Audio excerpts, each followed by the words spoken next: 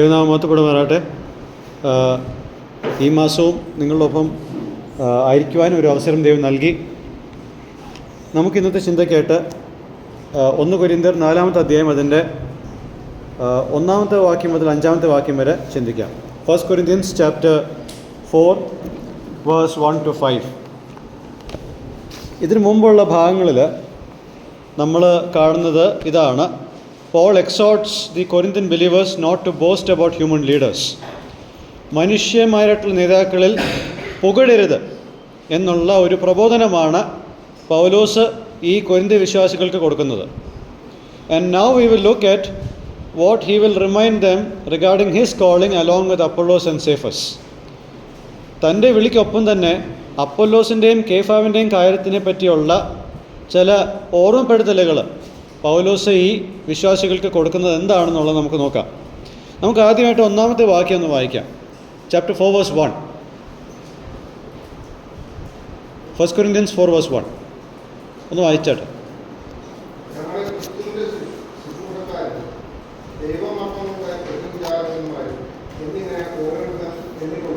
Okay, അപ്പോൾ 1-ാമത്തെ വാക്യത്തിൽ നമ്മൾ കാണുന്നത് the manner in which the believers should view preachers. പ്രാസംഗികരെ വിശ്വാസികൾ എപ്രകാരം കാണണം എന്നുള്ളതാണ് 1-ാമത്തെ വാക്യത്തിൽ നാം കാണുന്നത്.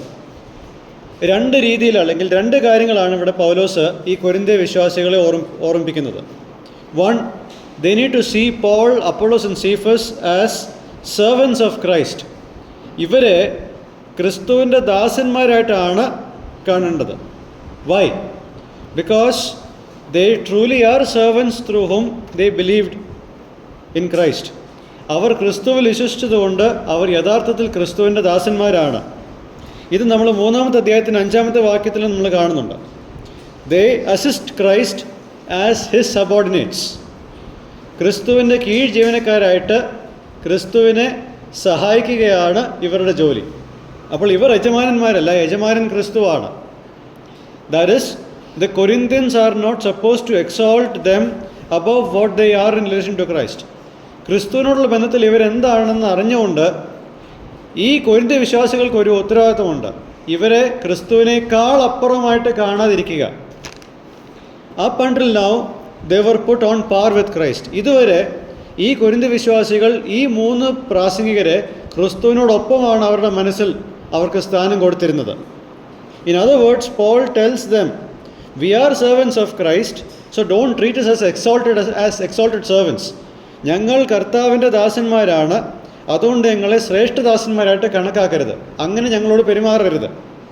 2, ഈ വാക്യത്തിൻ്റെ 2-ാം ഭാഗത്ത് കാണുന്നത് Paul tells them to see these ministers as those who are entrusted with the mysteries that God has revealed. ദൈവം വെളിപ്പെടുത്തി കൊടുത്ത മർമ്മങ്ങളെ കൈകാര്യം ചെയ്യുന്നവരായിട്ട് വേണം ഈ ശുശ്രൂഷകന്മാരെ കരുതാൻ. This unhealthy obsession with these speakers made the Corinthians look at these men as though they invented the gospel. പൗലോസും അപ്പൊല്ലോസും കേഫാവുമാണ് സുവിശേഷം ആവിഷ്കരിച്ചത് എന്ന നിലയിലാണ് ഈ കൊരിന്ത്യ വിശ്വാസികൾ ഈ പ്രാസംഗികരെ ശ്രമിക്കുന്നത്. Actually they are stewards. അവർ വിചാരകന്മാരാണ്. ദൈവം കൊടുത്ത ഒരു സന്ദേശത്തിൻ്റെ സ്റ്റുവാർഡ്സ് മാത്രമാണ് ഇവർ. ദൈവത്തിൻ്റെ മനസ്സിൽ നിന്നും ഉത്ഭവിച്ചതാണ് സുവിശേഷം, അതിൻ്റെ കൈകാര്യം ചെയ്യുന്നവരാണ് ഇവർ. These men had nothing to do in inventing the gospel. ഇവരാരുമല്ല സുവിശേഷം ആവിഷ്കരിച്ചത്. And the verse 2 now. Let's read verse 2. 2-ാമത്തെ വാക്യം വായിക്കാം.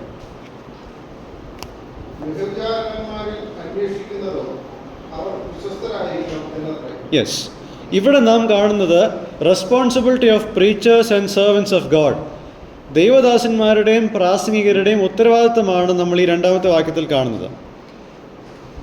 The requirement that is present on these 3 persons who have been entrusted with the revealed gospel truth is that they must prove faithful. ഈ 3 വ്യക്തികളുടെ മേലും ഉള്ള ഉത്തരവാദിത്തം, പ്രത്യേകിച്ച് വെളിപ്പെട്ട് കിട്ടിയ സുവിശേഷ സത്യത്തോടുള്ള ബന്ധത്തിൽ ഇവരുടെ ഉത്തരവാദിത്തം, ഇവർ വിശ്വസ്തത പുലർത്തണം എന്നുള്ളതാണ്. And this thing is connected to 3 verse 10. 3-ാമത്തെ അധ്യായത്തിൻ്റെ 10-ാമത്തെ വാക്യത്തിനോട് ബന്ധപ്പെടുത്തിയാണ് ഈ കാര്യം നിൽക്കുന്നത്. Now there are 3 things that are connected to their responsibility of being faithful. വിശ്വസ്തത കാണിക്കുന്ന ഉത്തരവാദിത്തത്തോട് ബന്ധപ്പെടുത്തി 3 കാര്യങ്ങൾ ഇവിടെ നമുക്ക് കാണാൻ സാധിക്കും. 1, they must be faithful to God because God is their master and the church that they minister belongs to God. ഇവർ ദൈവത്തോട് വിശ്വസ്തത പുലർത്തണം, കാരണം ദൈവമാണ് ഇവരുടെ യജമാനൻ. ഇവർ ശുശ്രൂഷ ചെയ്യുന്ന സഭ ദൈവത്തിൻ്റെതാണ്. Since they are God servants, ultimately they are answerable to God. ഇവർ ദൈവത്തിൻ്റെ ദാസന്മാരായതുകൊണ്ട് ആത്യന്തികമായിട്ട് ഇവർ ഉത്തരം കൊടുക്കേണ്ടത് ദൈവത്തോടാണ്. Number 2, they must be faithful to the tasks that they were given because the Lord has assigned them. ഇവർക്ക് നൽകപ്പെട്ടിരിക്കുന്ന ശുശ്രൂഷയോട് ഇവർ വിശ്വസ്തത പുലർത്തണം, കാരണം ഈ കാര്യങ്ങളെല്ലാം ഇവർക്ക് നൽകിയത് കർത്താവാണ്. They didn't get it by their own worth. ഇവരുടെ യോഗ്യത കൊണ്ടല്ല ഈ ഉത്തരവാദിത്തം അവർക്ക് ലഭ്യമായത്. 3, they must be faithful regarding the mystery that God has revealed, which is the gospel. സുവിശേഷമാകുന്ന മർമ്മത്തോടുള്ള ബന്ധത്തിൽ ഇവർ വിശ്വസ്തത പുലർത്തണം. This implies that they shouldn't alter or compromise the message that they have been given and have been granted the privilege to understand. അവർക്ക് നൽകപ്പെട്ട സുവിശേഷത്തെ, പ്രത്യേകിച്ച് അത് മനസ്സിലാക്കുവാൻ അവർക്ക് കിട്ടിയ ഭാഗ്യത്തെ കണക്കാക്കിക്കൊണ്ട് ഈ സന്ദേശത്തോടൊന്നും കൂട്ടിച്ചേർക്കുവാനോ എടുത്തു മാറ്റുവാനോ ഉള്ള അധികാരം ഇവർക്കില്ല. So to be faithful in this regard also means to pattern one's life in a manner that matches with the calling and message that they preach. സുവിശേഷത്തിൽ വിശ്വസ്തത പുലർത്തുക എന്ന കാര്യം കൊണ്ട് അർത്ഥമാക്കുന്ന ഒരു കാര്യം കൂടെ, അവരുടെ ജീവിതത്തെ അവരുടെ വിളിയോടൊത്ത്, അവർ പ്രസംഗിക്കുന്ന സന്ദേശത്തോടൊത്ത് ചേർന്ന് പോകുക എന്നുള്ളതും ഈ കാര്യത്തിൽ അർത്ഥമാക്കുന്നുണ്ട്. And now we move to verse 3, 3-ാമത്തെ വാക്യം.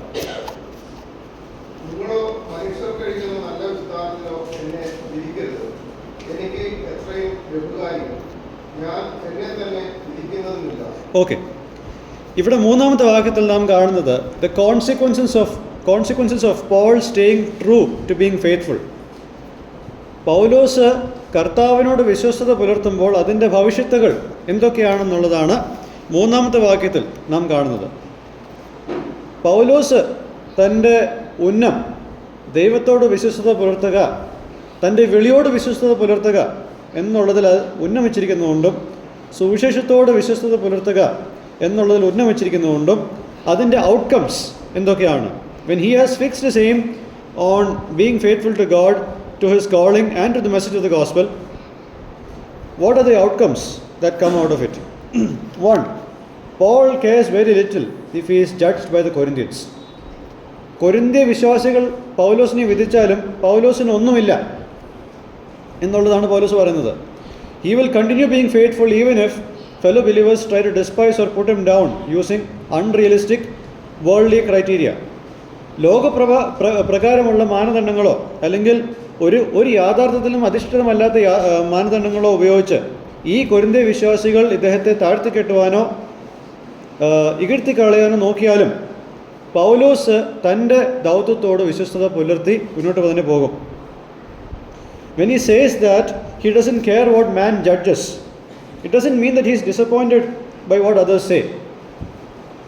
മനുഷ്യരെന്നെ എങ്ങനെ വിധിച്ചാലും എനിക്കൊന്നുമില്ല എന്ന് പറയുമ്പോൾ മനുഷ്യരെന്ത് പറഞ്ഞാലും എനിക്ക് ദുഃഖമില്ല എന്നുള്ളതല്ല അതിൻ്റെ അർത്ഥം.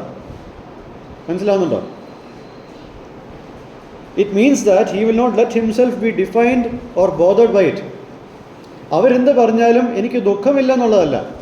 അവരെന്ത് പറഞ്ഞാലും ആ പറയുന്ന കാര്യങ്ങൾ എന്നെ നിർവചിക്കുന്നില്ല, അതെന്നെ ബാധിക്കുന്നില്ല. എനിക്ക് വിഷമം ഉണ്ടാക്കുന്നുണ്ട്, പക്ഷെ അതെന്നെ ബാധിക്കുന്നില്ല എന്നുള്ളതാണ് പൗലോസ് പറയുന്നത്. Second, Paul cares very little if he is judged by any human court.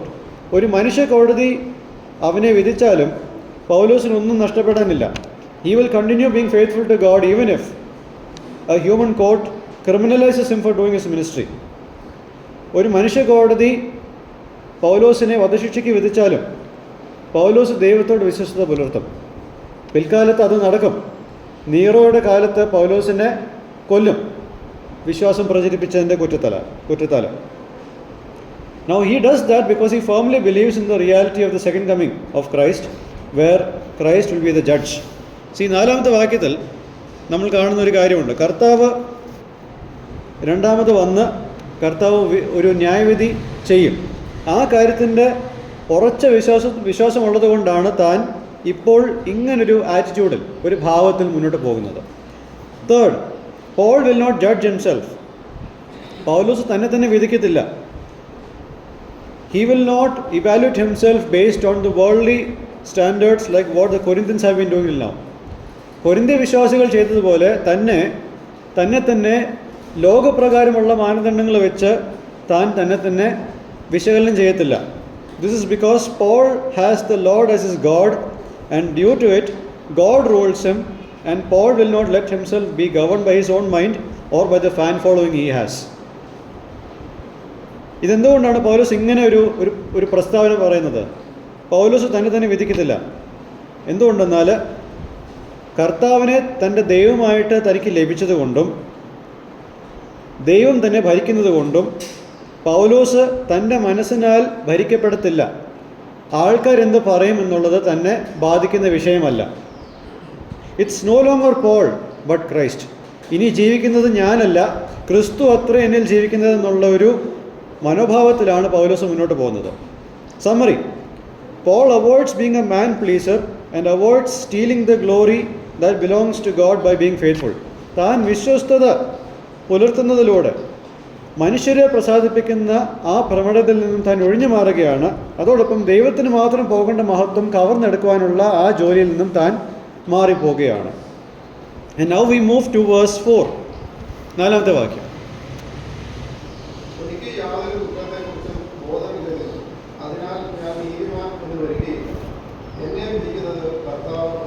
Okay, ഇവിടെ നമ്മൾ കാണുന്നത് the reality of the Lord being the judge of Paul.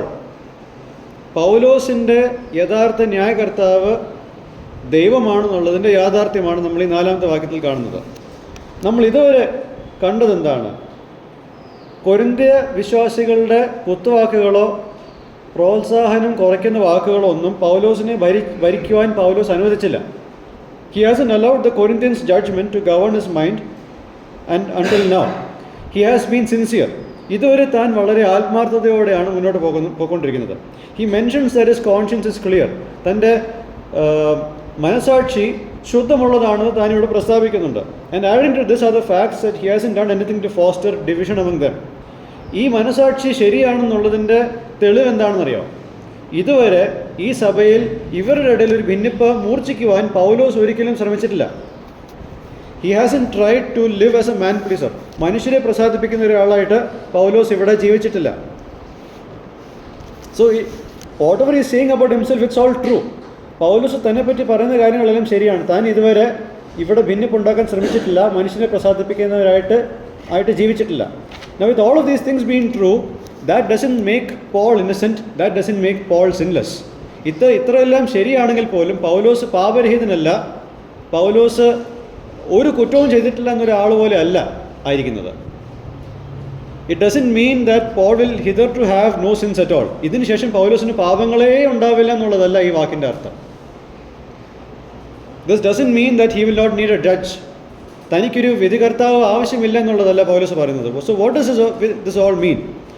Paul's fans and critics, തൻ്റെ ആരാധകരും തന്നെ വിമർശിക്കുന്നവരും ഈ കൂട്ടത്തിലുണ്ട്. Those who humanly evaluate others do so based only on external criteria. പൗലോസിനെ പുകഴ്ത്തുന്നവരും വിമർശിക്കുന്നവരും കേവലം ബാഹ്യമായിട്ടുള്ള മാനദണ്ഡങ്ങളെ വെച്ചാണ് പുകഴ്ത്തുന്നതും വിമർശിക്കുന്നതും. Their evaluation is not full proof. പൗലോസിനെ പുകഴ്ത്തുന്നവരുടെയും വിമർശിക്കുന്നവരുടെയും വിശകലനം പൂർണ്ണതയുള്ളതല്ല. But there is a God who is the Lord, and He is the one who knows and sees Paul's external and internal behavior and conduct fully. മനുഷ്യർ പുകഴ്ത്തുമ്പോഴും വിമർശിക്കുമ്പോഴും ഭാഗികമായിട്ടുള്ള കാര്യങ്ങളെ വെച്ചാണ് അവർ ഇതെല്ലാം ചെയ്യുന്നത്. പക്ഷേ പൗലോസിൻ്റെ അകവും പുറവും സ്വഭാവവും എല്ലാം മുഴുവനായിട്ട് അറിയുന്ന ഒരു ദൈവമുണ്ട്. Paul puts forward the reality that it is not Paul's job or the Corinthians' job to judge. പൗലോസ് ഇങ്ങനൊരു യാഥാർത്ഥ്യമാണ് ഇവരുടെ മുമ്പിൽ ആക്കി വെക്കുന്നത്. പൗലോസിനെ വിധിക്കുന്ന ഉത്തരവാദിത്വം പൗലോസിൻ്റെയും അല്ല, കൊരിന്ത്യയുടെ വിശ്വാസികളുടെ ഉത്തരവാദിത്വമല്ല. It's the Lord who will judge Paul. അതാണ് പൗലോസ് ഇവിടെ പറയുന്നത്. ബാക്കി എല്ലാവർക്കും വിധിക്കുകയോ പുകഴ്ത്തുകയോ ചെയ്യാം, പക്ഷെ അതിന് ഒരു പൂർണ്ണതയില്ല. പൂർണ്ണത വരുന്നത് എല്ലാം അറിയുന്ന ദൈവം വിധിക്കുമ്പോഴാണ്. അതാണ് ഇവിടെ പൗലോസ് പറയുന്നത്. See, this is not a mindless statement that Paul makes, unlike some people who do things as they want and then justify by saying this, God can only judge me. ചില ആൾക്കാർ ഉള്ള എല്ലാ കൊള്ളരുതായ്മയും ചെയ്യും, എന്നിട്ട് ആരെങ്കിലും കുറ്റം പറയും ചെല്ലുമ്പോൾ പറയും, നിങ്ങളാരും എന്നെ വിധിക്കേണ്ട, ദൈവം മാത്രമേ എന്നെ വിധിക്കത്തുള്ളൂ. അങ്ങനെയുള്ള ഒരു പ്രസ്താവനയല്ല ഇവിടെ പൗലോസ് പറയുന്നത്. Okay, Paul is not being self righteous here. ഇവിടെ പൗലോസ് സ്വയം നീതിമാനാകുവാൻ ശ്രമിക്കുന്നില്ല ഒരു ഘട്ടത്തിലും. Paul has conducted his life and ministry thus far within the guidelines that God has set. ദൈവം ഒരുക്കിയ മാനദണ്ഡങ്ങൾക്കുള്ളിൽ നിന്നുകൊണ്ട് തന്നെയാണ് പൗലോസ് തൻ്റെ ജീവിതവും ശുശ്രൂഷയും എല്ലാം ഇതുവരെ നിവർത്തിക്കുന്നത്. It's because all of this time Paul has lived in the light of God being the judge. ദൈവമാണ് വിധി കർത്താവ് എന്നുള്ളതിൻ്റെ വെളിച്ചത്തിലാണ് പൗലോസ് ഇതുവരെയും ജീവിച്ചിട്ടുള്ളത്. അതുകൊണ്ടാണ് ഇതുവരെ പൗലോസ് തൻ്റെ ശുശ്രൂഷയും ജീവിതവും സൂക്ഷിച്ച് ജീവിക്കുന്നത്. So knowing that he is ultimately answerable to the Lord, he can confidently invoke before others the fact that the Lord judges him. ആത്യന്തികമായിട്ട് പൗലോസ് ഉത്തരം കൊടുക്കുന്നത് കർത്താവിനോടായതുകൊണ്ട് യഹോവ തന്നെ ന്യായം വിധിക്കും എന്നുള്ള ഒരു വസ്തുത ധൈര്യപൂർവ്വം മറ്റുള്ളവരോട് പറയാനുള്ളൊരു ആർജവം പൗലോസിനുണ്ട്. So the summary is, since God is the ultimate judge, Paul doesn't care about human evaluation because no human judgments bypass the judgment of Jesus Christ. ദൈവമാണ് ആത്യന്തികമായിട്ട് ന്യായം വിധിക്കുന്നതെങ്കിൽ മനുഷ്യൻ പറയുന്ന നല്ല അഭിപ്രായമോ മോശം അഭിപ്രായമോ പൗലോസിനെ ബാധിക്കുന്നില്ല. പൗലോസ് അതിന് ചെവി കൊടുക്കുന്നതുമില്ല. കാരണം യേശുക്രിസ്തുവിൻ്റെ വിധിക്ക് അപ്പുറമല്ല മനുഷ്യൻ്റെ അഭിപ്രായങ്ങൾ അല്ലെങ്കിൽ വിമർശനങ്ങളോ കുത്തുവാക്കുകളോ ഒന്നും.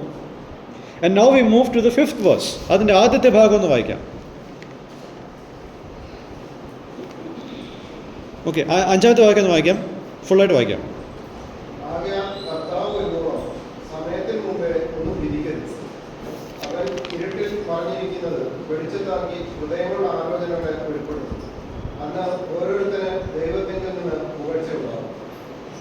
ഓക്കെ, അപ്പോൾ 5ാമത്തെ വാക്യത്തിൽ അതിന് ടൈറ്റിൽ നമുക്ക് ഇങ്ങനെ കൊടുക്കാം: how should the Corinthians reflect the fact of God being the judge in their dealing with God servants. ദൈവദാസന്മാരോടുള്ള ഇടപെടലിൽ ദൈവം ന്യായവിധി ചെയ്യുന്നവനാണെന്നുള്ള വസ്തുത ഈ കൊരിന്ത്യ വിശ്വാസികൾക്ക് എങ്ങനെയാണ് അവരുടെ ജീവിതത്തിൽ പ്രകടമാക്കാൻ സാധിക്കുക?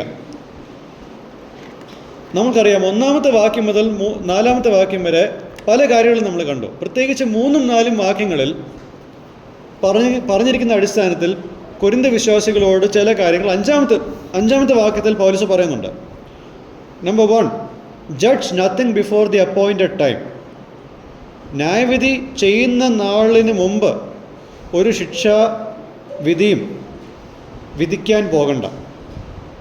Paul tells them to stop being the giver of final verdicts upon anyone in ministry by using some worldly external yardsticks or by just what they see, and stop putting down or looking down upon servants of God. പൗലോസ് ഇവരോട് പറയുന്നത്, കേവലം കണ്ണുകൊണ്ട് മാത്രം കാണുന്ന ചില കാര്യങ്ങൾ കൊണ്ടോ ബാഹ്യമായ ലോകപ്രകാരമായിട്ടുള്ള ചില മാനദണ്ഡങ്ങൾ കൊണ്ടോ ഒരാളെയും വിധിക്കാൻ വരട്ടെ, അത് ഇപ്പോൾ ചെയ്യണ്ട. അതിൻ്റെ വെളിച്ചത്തിൽ ആൾക്കാരെ താഴ്ത്തിക്കെട്ടുവാനോ വിമർശിക്കുവാനോ ഒന്നും നിൽക്കണ്ട. The appointed time will come and that refers to the lord's coming. ദൈവമാക്കി വെച്ച സമയം അത് കർത്താവിൻ്റെ 2ാം വരവിലാണ് സംഭവിക്കുക. This is the 3rd time in this book that Paul brings up the fact that Christ will come back. ഈ പുസ്തകത്തിൽ ഇത് 3ാം തവണയാണ് കർത്താവ് 2ാമത് വരുന്നു എന്നുള്ള കാര്യം പിന്നെയും പറയുന്നത്. 1ാമത്തെ ഭാഗം 1ാമത്തെ അധ്യായത്തിൻ്റെ 8ാമത്തെ വാക്യത്തിലായിരുന്നു. 2ാമതായിട്ട് 3ാമത്തെ അധ്യായത്തിൻ്റെ 13ാമത്തെ വാക്യത്തിലാണ്. So in first chapter verse 8 and 3 verse 13 we see the previous occurrences of Christ coming. Okay, അപ്പോൾ ആ സമയത്തിന് മുമ്പ് നിങ്ങൾ അഭിപ്രായം പറയണ്ട. 2, wait until the Lord comes. കർത്താവ് വരുന്നവരെ കാത്തിരിക്കുക. He's the judge. അവനാണ് ന്യായവിധി ചെയ്യുന്നവൻ. He doesn't just test the work of his servant. നമ്മൾ 3-ാമത്തെ അധ്യായത്തിൻ്റെ 12 മുതൽ 15 വാക്യം വരെ കണ്ടത്, കർത്താവ് കേവലം ക്രിയകളെ മാത്രം ശോധന ചെയ്യുന്നവനല്ല. He also evaluates the faithfulness of his servant. ക്രിയകളെ മാത്രമല്ല, ആ ക്രിയകൾ ചെയ്യുന്ന വേലക്കാരൻ്റെ വിശ്വസ്തതയും ശോധന ചെയ്യുന്നവനാണ്. He brings to the light what is hidden in the darkness. ഇരുട്ടിലുള്ള കാര്യങ്ങളെല്ലാം വെളിച്ചത്ത് കൊണ്ടുവരുന്നവനാണ് ദൈവം. It is precisely at this point that the Corinthians will be exposed to all the failures of the ones whom they highly regarded with their earthly standards. ഇരുട്ടിലുള്ള എല്ലാ കാര്യങ്ങളെയും ദൈവം വെളിച്ചത്ത് കൊണ്ടുവരുമ്പോഴാണ് കൊരിന്ത്യ വിശ്വാസികൾക്ക് മനസ്സിലാവുക, അവർ ലോകപ്രകാരം ഉന്നതിയിൽ കണ്ട ആൾക്കാരുടെ തനി സ്വരൂപം എന്താണ്, അവരുടെ എല്ലാ പരാജയങ്ങളും എന്താണെന്നുള്ളത് അപ്പോഴാണ് ഇവർ കാണാൻ പോകുന്നത്. They will also be exposed to the genuine desires of the hearts of those who were true and sincere before God. ദൈവത്തിന് മുമ്പാകെ സത്യസന്ധമായിട്ട് ആത്മാർത്ഥതയോടെ ജീവിച്ച ആൾക്കാരുടെ യഥാർത്ഥ ഹൃദയത്തെ കാണാനുള്ള സമയവും അതാണ്. The motives of the heart will be exposed. ഹൃദയത്തിൻ്റെ നിരൂപണങ്ങളെയും ഉദ്ദേശങ്ങളെയും അന്ന് ദൈവം വെളിപ്പെടുത്തും ആൾക്കാരുടെ മുമ്പിൽ. Now this is an extension of what Paul said in 3 verse 10-15. 3-ാമത്തെ അധ്യായത്തിൻ്റെ 10 മുതൽ 15 വരെയുള്ള വാക്യങ്ങളുടെ ഒരു തുടർച്ച എന്ന നിലയിൽ നമുക്ക് ഈ ഭാഗത്തെ കാണാൻ സാധിക്കും. So what we saw in 4 verse 5, the first part is, how should the Corinthians reflect the fact of God being the judge in their dealing with God's servants? ദൈവദാസന്മാരോടുള്ള ഇടപെടലിൽ ദൈവം ആണ് ന്യായവിധി ചെയ്യുന്നതെന്നുള്ള ഭാഗം എങ്ങനെയാണ് കൊരിന്ത്യ വിശ്വാസികൾ അവരുടെ ജീവിതത്തിൽ പ്രകടമാക്കേണ്ടത്, അതാണ് നമ്മൾ ഇതുവരെ കണ്ടത്. And now in the second part of verse 5, 5-ാമത്തെ വാക്യത്തിൻ്റെ 2-ാമത്തെ ഭാഗത്തിൽ we see this. What should the Corinthian believers know about the outcome of God being the judge? ദൈവമാണ് വിധിന്യായം ചെയ്യുന്നത് അല്ലെങ്കിൽ വിധി നിർണ്ണയിക്കുന്നത് എന്നുള്ള കാര്യത്തിൻ്റെ ഔട്ട്കം, പരിണിതഫലം എന്താണ്, ഇത് അല്ലെങ്കിൽ ഈ കൊരിന്ത്യ വിശ്വാസികൾ അതിനെപ്പറ്റി എന്താണ് അറിയേണ്ടത്? At the time Jesus comes, each minister will receive their praise from God, not from man. കർത്താവ് വരുന്ന നാളിൽ ഓരോ ശുശ്രൂഷക്കാരുടെയും പ്രശംസ വരുന്നത് മനുഷ്യരിൽ നിന്നല്ല, ദൈവത്തിൽ നിന്നാണ്. Whatever man evaluated from his view point will fall flat on that day. മനുഷ്യൻ ഉയർത്തിക്കൊണ്ട് വന്ന എല്ലാ അഭിപ്രായങ്ങളും കർത്താവിൻ്റെ നാളിൽ തകിടം മറിയും. So the Corinthians who are currently looking down on Paul will realize the praise that Paul receives from God. ഇപ്പോൾ പൗലോസിൻ്റെ ശുശ്രൂഷയെ താഴ്ത്തി കിട്ടുന്ന അത്രയും പോരാ, വലിയ ആകർഷണം ഒന്നുമില്ല എന്ന് ബാഹ്യമായ മാനദണ്ഡങ്ങൾ വെച്ച് വിധി നിർണ്ണയം നടത്തുന്ന കൊരിന്ത്യ വിശ്വാസികൾ അന്ന് മനസ്സിലാക്കും ദൈവത്തിൽ നിന്നും പൗലോസിന് കിട്ടുന്ന പ്രശംസ എന്താണെന്ന്. And for Paul that is enough. പൗലോസിന് അത് മതി. That's what he is happy about. അതിന് മാത്രമാണ് പൗലോസ് ഉന്നം വെച്ച് നോക്കുന്നത്. So let's give 4 lessons as we close out this passage. ഈ ഭാഗം നമ്മൾ അവസാനിപ്പിക്കുമ്പോൾ 4 പാഠങ്ങൾ നമുക്ക് ഡിസ്കസ് ചെയ്ത് ഒരു അനുബന്ധം കൂടെ പറഞ്ഞ് നമുക്ക് ഈ ഭാഗം അവസാനിപ്പിക്കാം. Lesson number 1, stop exalting people dead or alive mindlessly as though they are infallible. മരിച്ചവരോ ജീവിച്ചിരിക്കുന്നവരായിട്ടുള്ള ആൾക്കാരെ ഇങ്ങനെ അന്ധമായിട്ട് അവരെ ഇങ്ങനെ പൊക്കി അങ്ങനെ കൊണ്ടുപോകരുത്. അവർ നിഷ്പാപികളാണെന്ന നിലയിൽ അവരെ അങ്ങനെ ട്രീറ്റ് ചെയ്യേണ്ട കാര്യമില്ല. It's time we stopped treating people with stardom because the gospel didn't originate with them. നമ്മൾ ഇന്ന് ഒരുപാട് ഉന്നതങ്ങളിൽ അല്ലെങ്കിൽ ഉന്നതിയിൽ കാണുന്ന പല ആൾക്കാരെയും നമ്മൾ ദൈവതുല്യരായിട്ടാണ് കാണുന്നത്. നമ്മളുടെയൊക്കെ വിചാരം സുവിശേഷം അവരിൽ നിന്നാണ് ഉത്ഭവിച്ചത്. അങ്ങനെയുള്ള ഒരു റിഗാർഡിലാണ് നമ്മൾ ഇന്ന് പലരെയും കാണുന്നത്. നമുക്ക് മുമ്പ് ജീവിച്ചിരുന്ന പല ആൾക്കാരെയും നമ്മൾ അങ്ങനെയാണ് കാണുന്നത്. പക്ഷേ അങ്ങനെ ഒരു താരപരിവേഷം കൊടുത്ത് അവരെ അങ്ങനെ കാണേണ്ട കാര്യം നമുക്കില്ല. സുവിശേഷം അവരിൽ നിന്നുമല്ല ഉത്ഭവിച്ചത്. അവർക്ക് മുമ്പേ ജീവിച്ച ഒരുപാട് വിശുദ്ധന്മാരുണ്ട്, അപ്പോസ്തലന്മാരുണ്ട്. അതുകൊണ്ട് നമ്മൾ മനുഷ്യരെ നിഷ്പാപികളായിട്ട് ദൈവതുല്യരായിട്ട് കാണേണ്ട കാര്യമില്ല.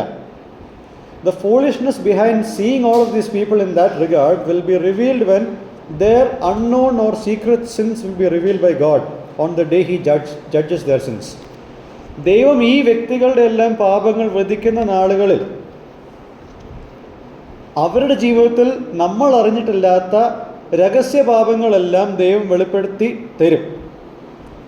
അങ്ങനെ ദൈവം വെളിപ്പെടുത്തുമ്പോൾ അത് ഒരു ഫൂളിഷ്നെസ് ആയിരുന്നു, അല്ലെങ്കിൽ അവരെ അത്രത്തോളം പൂജിക്കേണ്ടായിരുന്നു, അല്ലെങ്കിൽ അത്രത്തോളം ഉന്നതിയിൽ അവരെ കാണണ്ടായിരുന്നു എന്ന് നമുക്ക് അന്ന് തോന്നും. At that time you may have A faith crisis. അത്രത്തോളം ഉയർച്ചയിൽ നിങ്ങളുടെ മനസ്സിൽ അവർക്ക് സ്ഥാനം കൊടുത്തിട്ട് ഒരു ദിവസം ഇവരെ പറ്റിയുള്ള എല്ലാ സത്യാവസ്ഥയും പുറത്തു വരുമ്പോൾ നിങ്ങൾക്കൊരു ഒരു ക്രൈസിസ്, ഒരു പ്രശ്നം നിങ്ങളുടെ വിശ്വാസത്തിലുണ്ടാവും. എന്തുകൊണ്ടാണെന്നറിയാമോ? You lived in a false assumption that your favorite preacher can't go wrong. നിങ്ങളുടെ ഏറ്റവും പ്രിയപ്പെട്ട പ്രാസംഗികന് ഒരിക്കലും തെറ്റ് പറ്റത്തില്ല എന്നുള്ളൊരു തെറ്റിദ്ധാരണയിലായിരുന്നു നിങ്ങളുടെ ജീവിതം മുഴുവൻ നിങ്ങൾ ജീവിച്ചത്. And you put the reason of your faith in that preacher instead of Christ. ക്രിസ്തുവിൽ നിങ്ങളുടെ വിശ്വാസത്തിൻ്റെ കാരണം കണ്ടെത്താതെ നിങ്ങളുടെ വിശ്വാസത്തിൻ്റെ കാരണം നിങ്ങൾ ആ പ്രാസംഗികനിൽ കണ്ടെത്തിയതോ അല്ലെങ്കിൽ ഏതെങ്കിലും ഒരു മൂവ്മെൻറ്റിൽ കണ്ടെത്തിയതിൽ ആണ് നിങ്ങൾക്ക് തെറ്റുപറ്റിയിട്ടുള്ളത്. You pinned your hope and identity on them instead of Christ. ക്രിസ്തുവിൽ നിങ്ങളുടെ പ്രത്യാശയും നിങ്ങളുടെ വ്യക്തിത്വം കണ്ടെത്തുന്നതിന് പകരം നിങ്ങൾ മനുഷ്യരിൽ മാത്രമാണത് ചെയ്തത്. And the only solution to this problem is to see these human preachers as servants of Christ. ഇങ്ങനൊരു ഫെയ്ത്ത് ക്രൈസിസ് നിങ്ങൾക്കുണ്ടാവാൻ പാടില്ലെങ്കിൽ നിങ്ങൾക്ക് ആകെ ചെയ്യാൻ പറ്റുന്നൊരു കാര്യം ഇവരെ ദൈവദാസന്മാരായിട്ട് മാത്രമേ കാണാവൂ എന്നുള്ളതാണ്. തെറ്റ് പറ്റാവുന്ന ദൈവദാസന്മാരായിട്ട് കാണുമ്പോൾ അവരുടെ ജീവിതത്തിൽ തെറ്റ് പറ്റിയാലും നിങ്ങളുടെ വിശ്വാസത്തിനൊരു കുഴപ്പമുണ്ടാവില്ല. കാരണം നിങ്ങൾക്ക് ആശ്രയം എവിടെയായിരുന്നു? ദൈവത്തിലായിരുന്നു. See them below Christ and avoid grading them as exalted servants above the rest. ക്രിസ്തുവിന് താഴെ മാത്രമേ അവരെ കാണാൻ പാടുള്ളൂ. മറ്റ് ദാസന്മാരെക്കാൾ ശ്രേഷ്ഠദാസന്മാരായിട്ട് അവരെ കാണുകയും ചെയ്യരുത്. Second, as much as believers need to see preachers as God's servant, ministers also need to see themselves as stewards of what God has entrusted them, not as inventors. സാധാരണ സദസ്സുകളിൽ ഉണ്ടാവേണ്ട ഒരു മനോഭാവമാണ് ഞാൻ ഇതുവരെ പറഞ്ഞത്. അതായത് ദൈവദാസന്മാരായിട്ട് തന്നെ കാണണം, ദൈവതുല്യരായിട്ട് കാണരുതെന്നുള്ളത് സദസ്സിനൊരു ഉത്തരവാദിത്വമുണ്ട്. അതോടൊപ്പം തന്നെ പ്രസംഗിക്കുന്ന ആൾക്കാർക്കും ആ ഉത്തരവാദിത്വമുണ്ട്. ദൈവം ഭരമേൽപ്പിച്ചിരിക്കുന്ന കാര്യത്തിൻ്റെ വിചാരകന്മാരായിട്ട് മാത്രമേ അവരെ തന്നെ കാണാവൂ. അല്ലാതെ ഇതെല്ലാം ഉണ്ടാക്കിയത് അവരല്ല എന്നുള്ളൊരു ധാരണയിൽ വേണം അവർ മുന്നോട്ട് പോകാൻ. പ്രാസംഗികർ ഒരിക്കൽ പോലും തിരുവെഴുത്തിൻ്റെ കാര്യത്തിലുള്ള അറിവിനെ ചൊല്ലി ഒരു അഹങ്കാരം പോലും ഉണ്ടാകാൻ പാടുള്ളതല്ല. Preachers for a moment should never have an undue pride in understanding that we have regarding the scriptures and the calling that God gave upon us. ഒരിക്കൽ പോലും എനിക്ക് ഇത്രയും തിരുവെഴുത്ത് അറിയാമെന്നുള്ള കാര്യത്തിൻ്റെ അഹങ്കാരത്തിൽ ഞാൻ ജീവിക്കരുത്. Scriptural truths and your calling in ministry begin with God, not with you. തിരുവെഴുത്തിലെ സത്യങ്ങളുടെ അറിവും അതിൻ്റെ ഉത്ഭവവും നിങ്ങളുടെ വിളിയും ദൈവത്തിൽ നിന്നുമാണ്, നിങ്ങളിൽ നിന്നല്ല.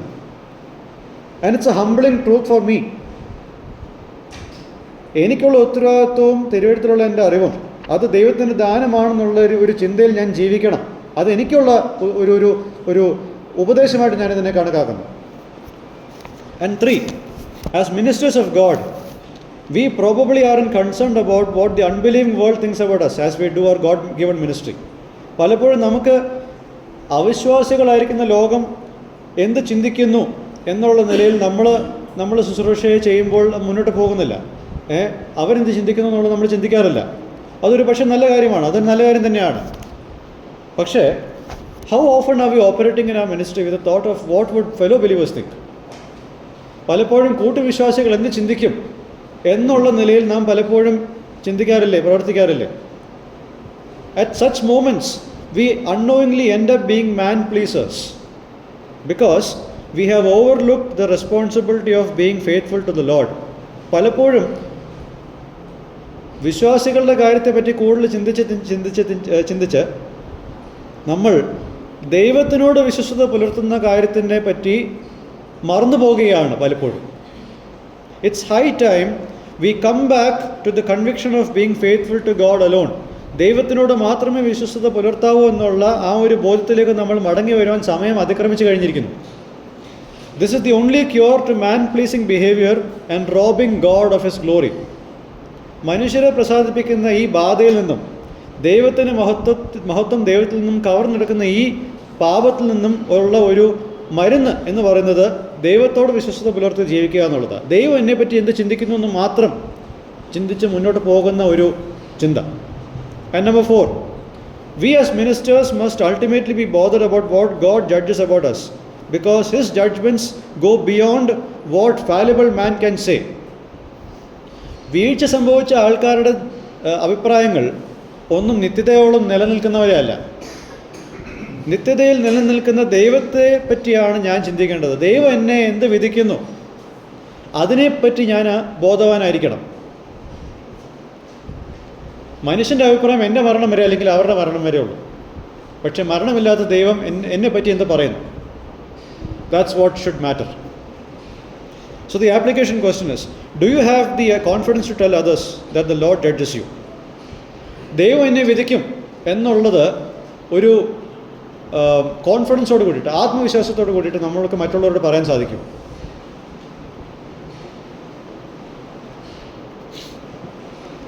Live in light of God who is your judge. നമ്മളുടെ ന്യായവിധി നടത്തുന്ന ദൈവത്തിൻ്റെ മുമ്പാകെ ആ വെളിച്ചത്തിൽ ജീവിക്കുക എന്നുള്ളതാണ് ദൈവം നമ്മളിൽ നിന്നും ആഗ്രഹിക്കുന്ന കാര്യം. So the final thoughts before we conclude. God requires us to be faithful in 3 things. നമ്മളുടെ ജീവിതത്തിൽ ദൈവം ആഗ്രഹിക്കുന്നത് നമ്മൾ 3 കാര്യങ്ങളിൽ വിശ്വസ്തത കാണിക്കണം. 1, to him, തന്നോട് വിശ്വസ്തത കാണിക്കണം. 2, to our calling in ministry, ശുശ്രൂഷയിലുള്ള നമ്മളുടെ വിളിയോട് നമ്മൾ വിശ്വസ്തത കാണിക്കണം. 3, to the gospel, നമുക്ക് നൽകപ്പെട്ടിരിക്കുന്ന സുവിശേഷത്തോട് നമ്മൾ വിശ്വസ്തത കാണിക്കണം. This requires that our life should match all of these things. ഈ 3 കാര്യങ്ങളോടുള്ള ബന്ധത്തിൽ നമ്മുടെ ജീവിതം ഒത്തുചേരണം എന്നുള്ളതാണ് ദൈവം ആഗ്രഹിക്കുന്നത്. ഈ ഭാഗം നമ്മളിവിടെ അവസാനിപ്പിക്കുന്നു. അടുത്ത ഭാഗം 4-ാമത്തെ അധ്യായത്തിൻ്റെ 6 മുതൽ 13 വരെയുള്ള ഭാഗങ്ങളിൽ ഇതിൻ്റെ ബാക്കി എന്തൊക്കെയാണ് പൗലോസ് പറയുന്നത് എന്നുള്ളത് നമുക്ക് അടുത്ത സെഷനിൽ നോക്കാം. ദൈവം നമ്മളെ സഹായിക്കട്ടെ. ദൈവം നാമം മഹത്വപ്പെടുമാറാകട്ടെ.